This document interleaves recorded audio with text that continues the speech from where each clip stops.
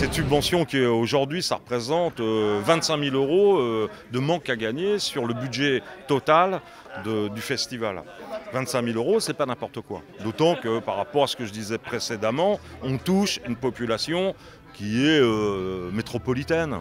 Donc aujourd'hui, moi, c'est pas une déclaration de guerre. Moi, je veux discuter avec l'AMEL. J'arrive pas à avoir une discussion avec l'AMEL, avec la vice-présidente de l'AMEL chargée de la culture.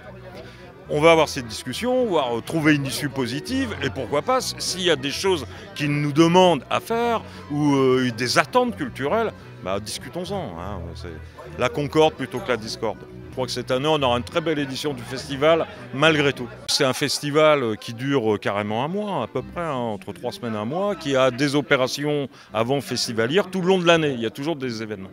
Donc c'est un festival populaire, 43 000 spectateurs en moyenne depuis qu'il existe. C'est des opérations sur tous les quartiers, hein, l'île Sud, Oisem, des actions, il y a des balles, hein, des grands bals populaires qui regroupent 2000-2500 personnes, et puis évidemment des scènes petites ou des grandes scènes.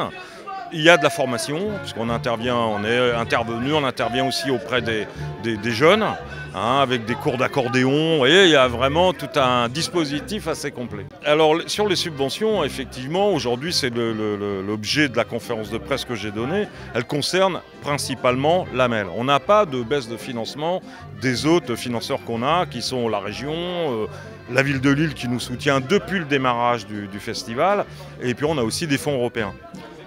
Depuis 5 ans, on a 60% de baisse de financement de l'AMEL, sans explication. Donc on n'a jamais discuté de pourquoi, de ce qu'ils attendraient peut-être de nous. C'est une baisse constante de subventions. Il y a eu plusieurs lettres qui ont été envoyées à la vice-présidente, et puis il y a eu des tentatives de rencontre entre le directeur, Claude Vadas, et les services de l'AMEL. Pour l'instant, c'est infructueux, quoi.